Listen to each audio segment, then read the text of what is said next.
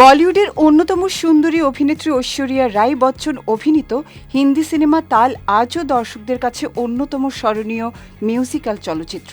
সিনেমাটিতে ঐশ্বরিয়ার অভিনয় ও নৃত্য দারুণভাবে প্রশংসিত হয়েছিল।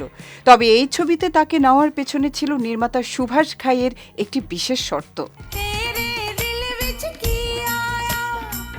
সম্প্রতি সেই সিনেমায় কাস্টিংয়ে স্মৃতিচারণ করেছেন সুভাষ ঘাই। তিনি জানান, সিনেমার কঠিন নাচের দৃশ্যগুলোর জন্য উপযুক্ত অভিনেত্রীর খোঁজে তিনি নৃত্য পরিচালক সরোজ খানের পরামর্শ নেন।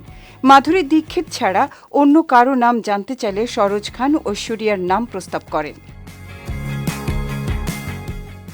এরপর ঐশ্বরিয়ার সঙ্গে দেখা করে সুভাষ ঘাই তাকে স্পষ্ট জানিয়ে দেন, তালে অভিনয় করতে হলে নিজের প্রতিষ্ঠিত গ্ল্যামারাস ভাবমূর্তি থেকে বেরিয়ে আসতে হবে। পরিচালকের ভাষায় ঐশ্বরিয়ার একটি নির্দিষ্ট ইমেজ তৈরি হয়েছিল, আর চরিত্রের প্রয়োজনে তিনি সেটি ভাঙতে চেয়েছিলেন।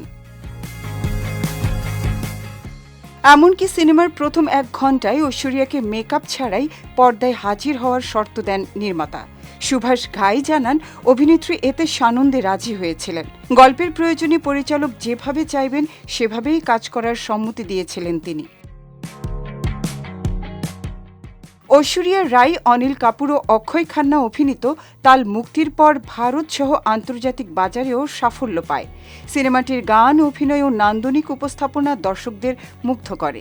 বিশেষ করে ঐশ্বরিয়ার অভিনয় ও নৃত্য তাকে আরও জনপ্রিয় করে তোলে।